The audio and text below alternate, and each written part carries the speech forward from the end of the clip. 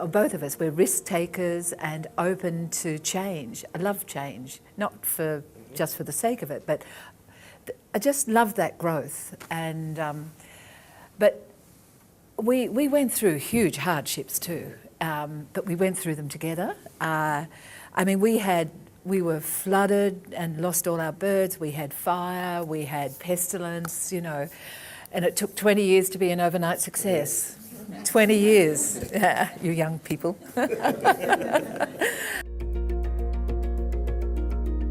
It's been very difficult for anyone who's come to work for me because I'm a control freak.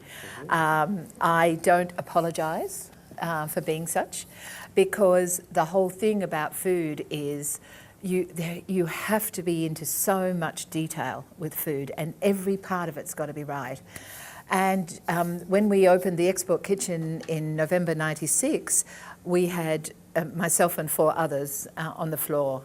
And so every part of the process I developed, and that doesn't mean I developed it for flavour, not for efficiency, but I'm also very good on flow. But we needed others to come in, and that's always been a difficult journey, bringing others in and making sure they have the same philosophy, the same attention to detail, and that's training.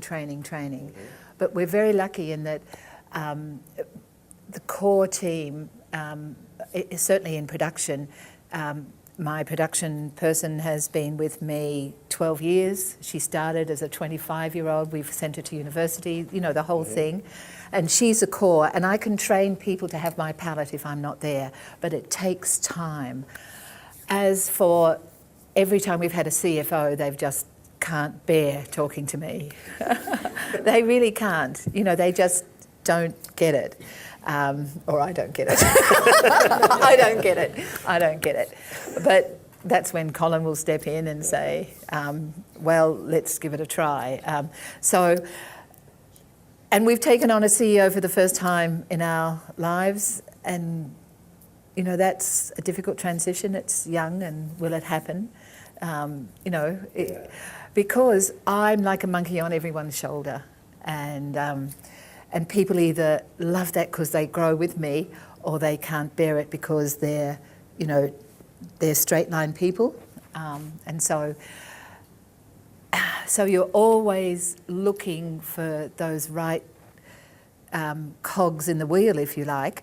But the other thing is, you go through transitions where you need different kind of skills, and you have to bring in skills better than your skills, but keep the skills that you have that are unique, and don't let them be diffused.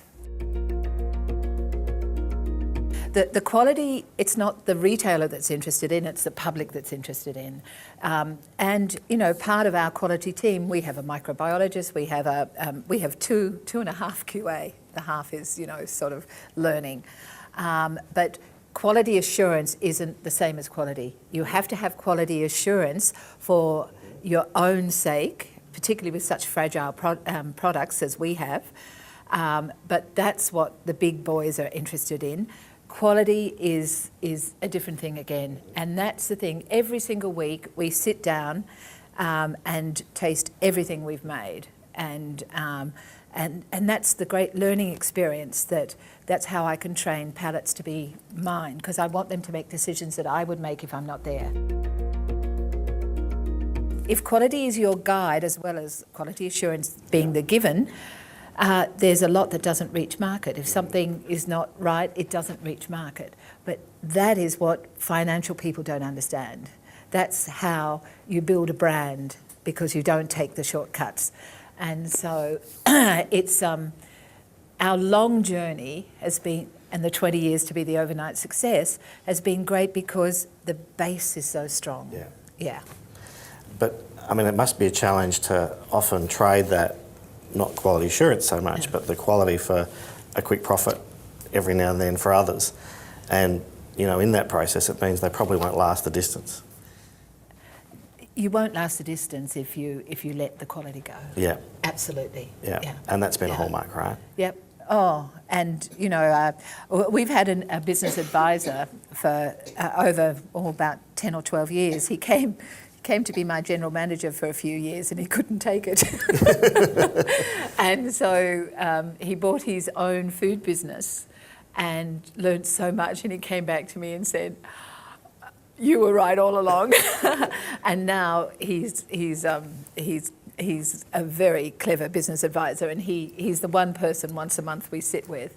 And he tells a story to people that he's training about things like one year I wouldn't do pasta sugo because the tomatoes weren't good enough. We'd had too much rain. And in a business, everyone else can't believe that. But of course, that's what we do. And our pate, even though we make, say, a ton of it, every batch is 10 kilos at a time, and it's baked in the containers. So all of those things that will bring out, will give me the quality that I absolutely need, or I won't do it, are things that continue on. You're in the consumer space, Yeah. which I imagine that everyone would have an opinion about. What you should be doing, I don't listen. I listen to the advisor because he's known our business, but we do everything in-house. We do our graphics, we do our marketing in-house by someone who's been with me 8 years, no degree, but with an innate understanding of me and what is right for me, because being I refuse to be too commercial. I just don't want to be. It's not what I'm in business for. And so if we were a bigger business, well, heavens, that would be hard. That would be hard. But I only, and it keeps on sounding selfish, I know, but the ideas come from me, and whether it runs comes from me. If it doesn't stack up financially, as I said earlier, well, of course it can't run. But I actually don't listen. I use instinct. I don't mean I don't listen, but if our distributors say, "Oh, I like this, but I think it needs more than that," well, more of something else. No. You just smile and nod. Yeah. No, I leave that to my sales manager. He's got to do that. But you get what I want to put out. Because I guess that complexity of almost going from, the idea all the way through Yes. to the end point. That's huge. Sometimes I lead all product development. 3 years ago, I took on a chef to help me because my life is so busy, and now one of my production people has come over, so we're now a group of 3. And product development is all the time, every day, every single day. But sometimes it took me 5 years to get ice creams up to the way I wanted them to be with the partner I needed. Sometimes it can take 3 months. We've just been changing a recipe for a product because it's too complicated. But the writing of what the percentages wasn't high enough, and someone could be misconstrued, and I don't want that to happen. So 14 batches to change a recipe that's hardly a tweak. And sometimes a new product will take a month, but it has to, from scaling up a product from the shelf to commercial production is a huge journey. That's a lot of trial and effort, and one step forward, 2 back, sometimes 2 forward, 1 back. Do you ever let go of ideas that you really like? No, I don't. But they can go to the back. They can go to the back. Bubble along, basically. And bubble along. I've got some that have been bubbling along for years, and I'll find sometime, because I'm not retiring. I'm just 69, and I'm going to, perhaps by 85 I might, because I've got too many ideas, and so I'm a nightmare because I've got too many ideas.